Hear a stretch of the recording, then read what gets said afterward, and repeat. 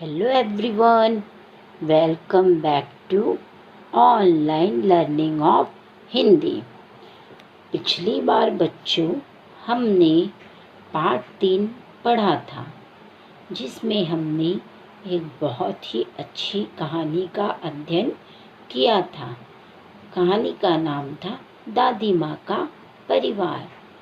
उससे हमें बच्चों यह शिक्षा मिली थी कि हमें हमेशा एकता में रहना चाहिए, क्योंकि जब हम एकता में रहते हैं तो हम बड़ी से बड़ी मुसीबत का सामना कर सकते हैं और उस पर विजय प्राप्त कर सकते हैं।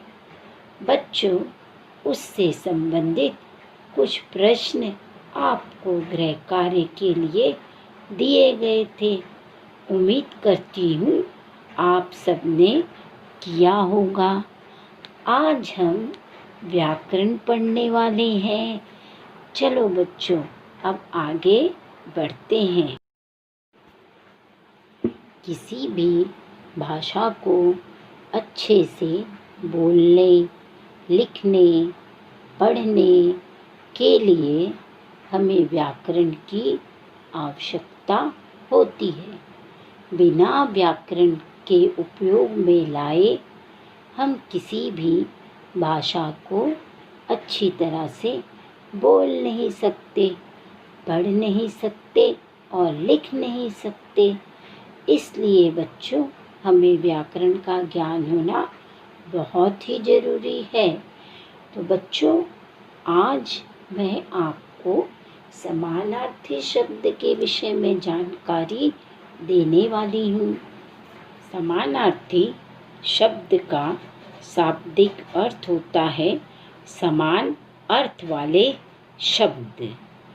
बच्चों, इसे हम दूसरे नामों से भी जानते हैं, जैसे कि पर्यायवाची शब्द।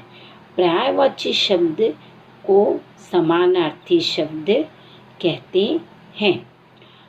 बच्चों, जब हम कोई भी कविता सीखते हैं, किसी नए पाठ को सीखते हैं, तो उसमें हम कुछ कठिन शब्द देखते हैं, कुछ कठिन शब्द हमारे सामने आते हैं। उन शब्दों को समझने के लिए और उनके अर्थ को जानने के लिए हम सरल शब्दों का उपयोग करते हैं, जिनका मतलब जो कठिन शब्द हैं उन्हीं के जैसे और उन्हीं के समान होता है, तो उन्हें हम समानार्थी शब्द कहते हैं। चलो बच्चों, अब हम समानार्थी शब्द के कुछ उदाहरण देखते हैं। पहला, स्कूल। स्कूल का अर्थ होता है पाठशाला। दूसरा, पंछी। पंछी को हम दूसरे शब्दों में पक्षी कहते हैं। तीसरा शब्द है जल। जल के लिए दूसरा शब्द पानी, जो उसका समानार्थी शब्द है। माँ।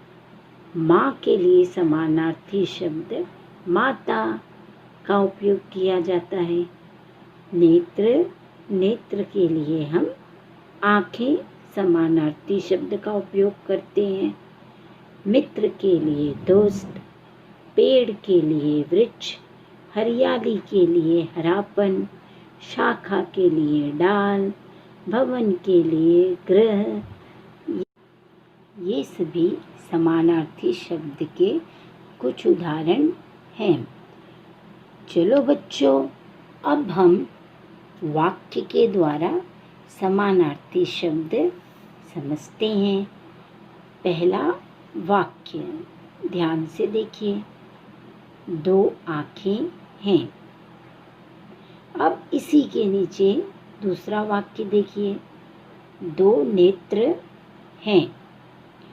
यहाँ बच्चों, जो पहला वाक्य है इसमें आँखें शब्द है और आँखों के लिए दूसरे वाक्य में नेत्र शब्द है जो उसका समानार्थी शब्द है।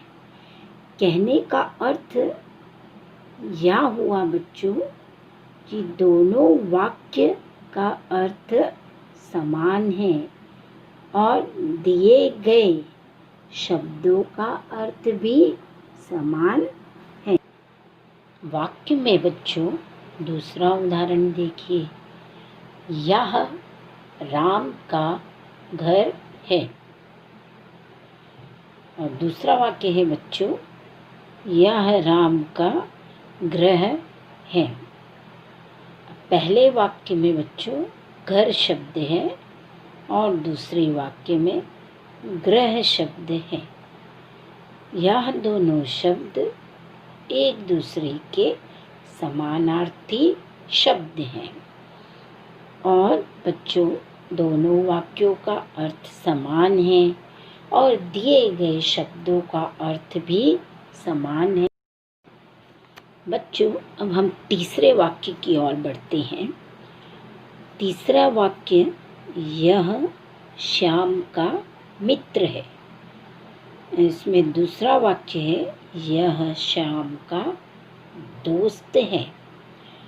अब इसमें पहले वाक्य में मित्र शब्द आया है, दूसरे वाक्य में दोस्त शब्द आया है। यहाँ मित्र शब्द का समानार्थी शब्द दोस्त है। तो बच्चों दिए गए दोनों वाक्यों का अर्थ समान है और दिए गए शब्दों का अर्थ भी समान है। आशा करती हूँ बच्चों आपको आज का पाठ समझ में आया होगा। धन्यवाद।